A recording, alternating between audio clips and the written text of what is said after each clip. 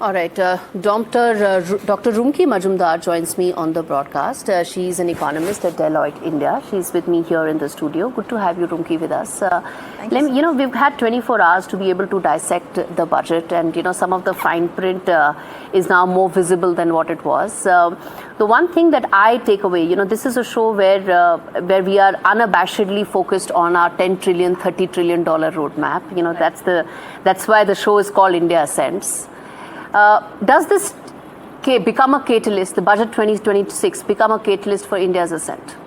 Absolutely. If you see the last 5 years, the India has been taking calls to ensure that it deals with the crisis at hand. It was pandemic. Right after that, it was an oil crisis. Right after that, it was a geopolitical crisis. Last year, it was like an all-round impact on demand and exports. So it was like moving from crisis to crisis. I think this year, the government has taken a step back, realized that there is a lot of resilience in the economy, and now it's time for it to take a call on what are the necessary steps that needs to be taken so that the long-term growth at 7% can be sustained. So the charge that has been leveled is that there is incremental stability, there is incremental progress, there is fiscal prudence, but where's that game-changing transformational reform? No, if you look at all the measures that has been taken, and if you look at the kind of measures, these are all supply-side measures, by the way. Be it ease of doing business, because they have kind of brought in customs reforms. They have ensured that many of those custom duties on essential goods that supports the growth of strategic manufacturing sector, those costs are cut down. Many of the systemic issues, some of the procedural issues have been eased out.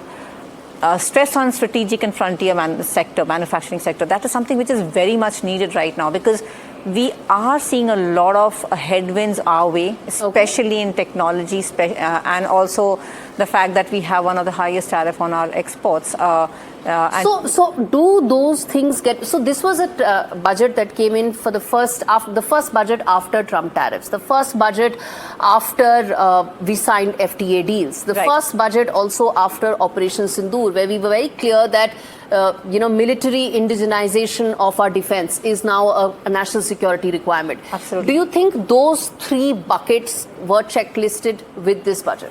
Not only this budget, even the previous budget, because the tax exemption was announced much earlier. The Trump announcement happened, right? And I think the government just didn't wait for the budget. They have been taking measures through the year. GST happened at a time, even though GST is not a part of budget, but it happened at a time even middle of the year. So they are bringing in reforms when required, not wait till the budget.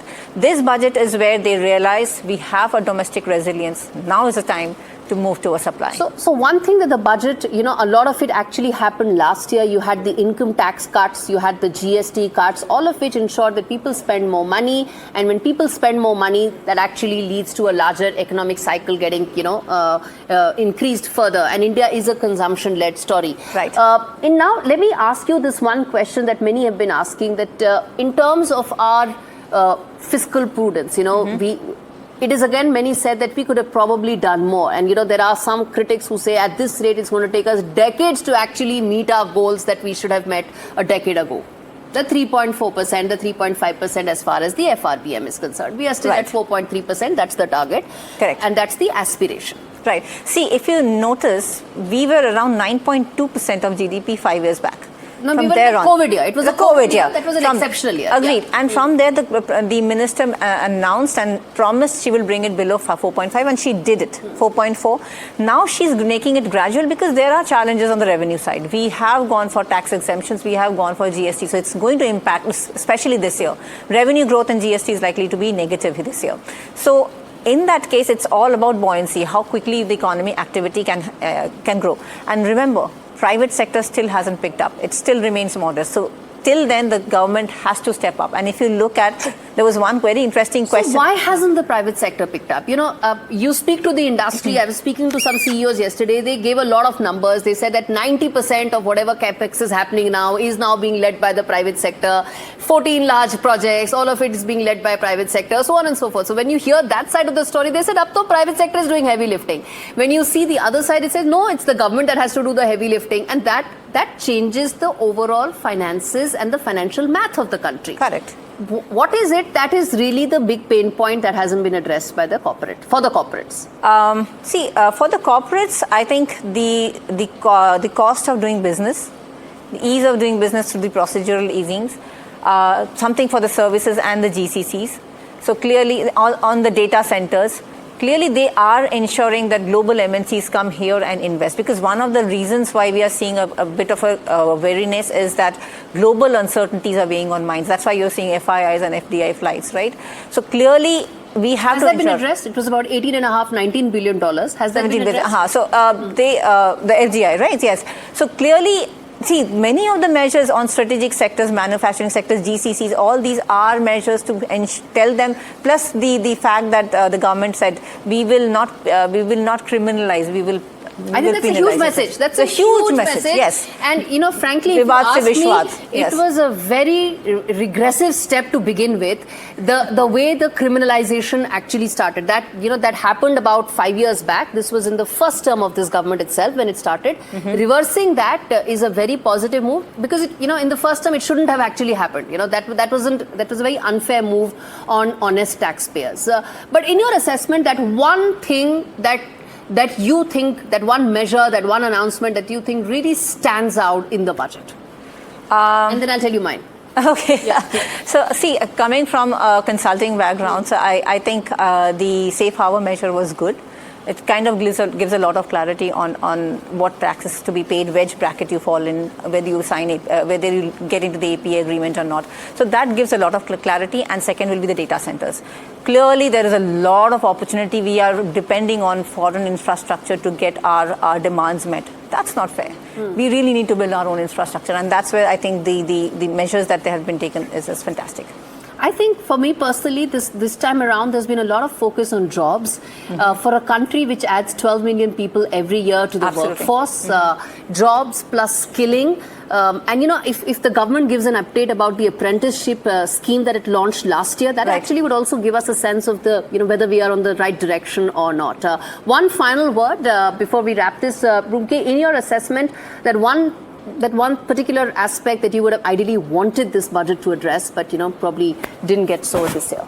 I don't think so. We have, because we had more or less 4 demands. One on MSMEs, which been addressed. On tier 2, tier 3 cities being addressed. I think R&D is something which I think more could have been done, because see, at the end of the day, now it's all the game of moving up the value chain, be it manufacturing or services.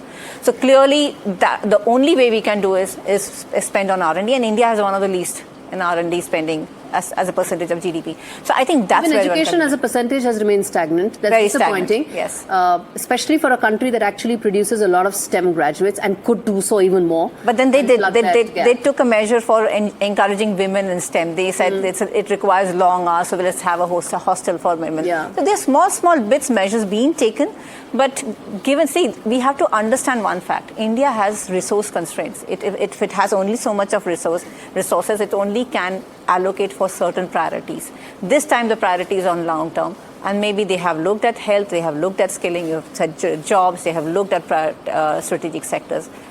I think that's something which is so personally for me, the one thing that I would have liked probably more in this budget would have been some focus back on that urea subsidy, and rejigging that, and because it's not just about a subsidy, it's an impact on the ground as well, the soil, the fertility, all of it is getting impacted. Right. That rejig, if the policy makers had focused on, would have been a big message. But anyhow, all in all, thanks so much, Dr. Rumki Majumdar, for taking out the time and speaking to Thank you so much for having me here. Great. Pleasure talking to you.